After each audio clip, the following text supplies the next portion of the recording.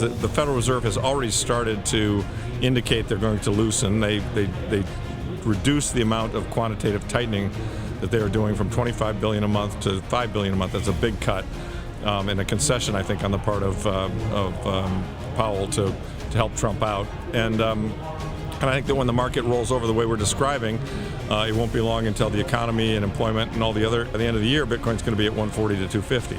So that's December. 여기 비트코인 가격이 25만 달러, 우리나라 돈으로 3억 5천만 원까지 상승할 수 있다고 전망한 이 사람의 이름은 레리 레파드입니다. 그는 미국이 곧 경기 침체가 올 것이고 이를 돈으로 막기 위한 역대급 유동성을 풀 것이라고 말했습니다. 그리고 그 유동성이 비트코인으로 흘러가면 현재 가격보다 3배 정도의 상승까지도 가능하다고 전망했습니다. 그는 미국의 유명한 펀드 매니저로 에쿼티 매니지먼트 어소시에이트 EMA 펀드의 창립자 겸 펀드 매니저입니다. 그는 주로 금이나 은 등 원자재에 투자를 하는 독특한 펀드를 운영하고 있습니다. 오늘은 금 투자의 전문가인 레리 레파드가 왜 비트코인에 관심을 갖게 됐는지 알아보겠습니다. 본격 영상 시작 전 좋아요와 구독하기 부탁드립니다. 전 세계에서 레리 레파드처럼 금 투자에 대한 전문가는 많이 없을 겁니다. 그런 그가 금과 같은 원자재에 투자를 전문적으로 했던 이유는 금은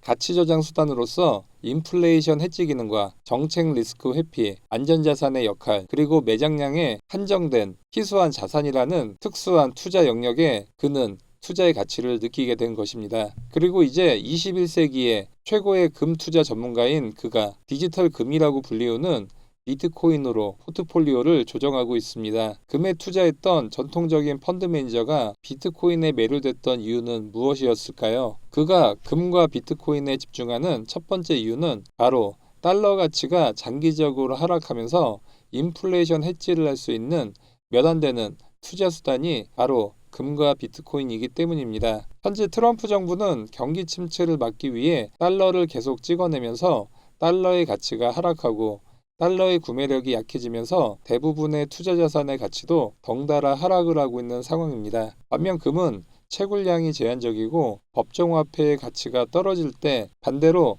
안전자산인 금의 수요는 늘어나면서 가격은 상승하게 됩니다. 그리고 비트코인은 총 발행량이 2100만 개로 제한되어 있어 무한대로 발행할 수 있는 달러와 차별화를 보이고 있습니다. 또한 경기 침체를 앞둔 현재 경제 상황에서 이러한 비트코인의 인플레이션 해지 기능은 더 부각될 가능성이 큰 타이밍이라고 볼 수 있습니다. 따라서 현재와 같은 글로벌 불확실성이 큰 상황에서는 각국의 중앙은행과 기관 투자가들이 금 매수를 꾸준히 늘리면서 금의 가격이 계속 상승을 하고 있습니다. 특히 금 가격은 달러로 표시가 됩니다. 즉 분모의 가치가 하락할수록 분자에 있는 금의 가격은 높아질 수 있는 것이죠. 그런데 금 가격의 일봉 차트를 보면 이렇게 조정을 받는데도 불구하고 노란색 비트코인 가격은 최근 강하게 상승하고 있는 것을 알 수 있습니다. 점점 비트코인을 디지털 금으로 인식해 비트코인을 매집하는 세력이 이번 조정 구간에 비트코인을 공격적으로 매수한 것을 알 수 있습니다.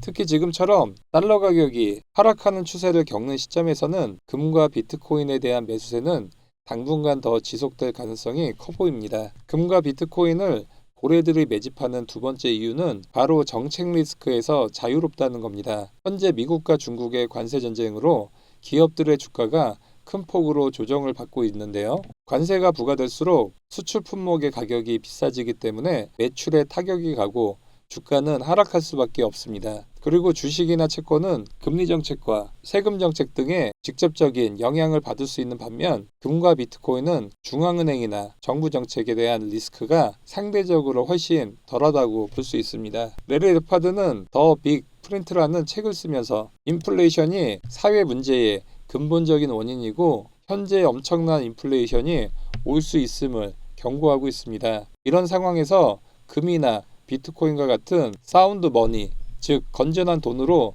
전환이 반드시 필요하다고 저술하고 있습니다. 결론적으로 레리 레파드는 결국 우리들에게 세 가지를 강조하고 있습니다. 첫 번째는 법정화폐 자산에만 올인하지 마라. 두 번째는 금, 은, 그리고 비트코인을 결합해 위험을 분산해라. 세 번째는 비트코인은 앞으로 10년간 금융 시스템의 대체 자산으로 성장할 가능성이 크다는 것이었습니다. 그리고 이제부터는 금이 아닌 비트코인의 시대가 열릴 것이라고 보고 있습니다. 금은 물리적 자산이기 때문에 국가 간 이동이나 대규모 거래를 할 때 비효율적인 부분이 있습니다. 그리고 진품 확인이 필요하고 위조의 문제점도 있습니다. 또한 금은 정부에 의해 몰수되거나 규제될 위험도 있습니다. 실제로 1933년 미국에서 금본위제를 폐지하면서 국민들이 가진 금을 몰수하는 행정명령을 시행한 바 있습니다. 반면 비트코인은 전 세계 어디서든 인터넷만 있으면 빠르게 전송할 수 있는 디지털 전송성에 장점이 있습니다. 또한 네트워크상에서 비트코인의 진위 여부를 언제 어디서든 누구나 검증을 할 수 있습니다. 그리고 정부나 중앙은행에서 통제할 수 없는 탈중앙화의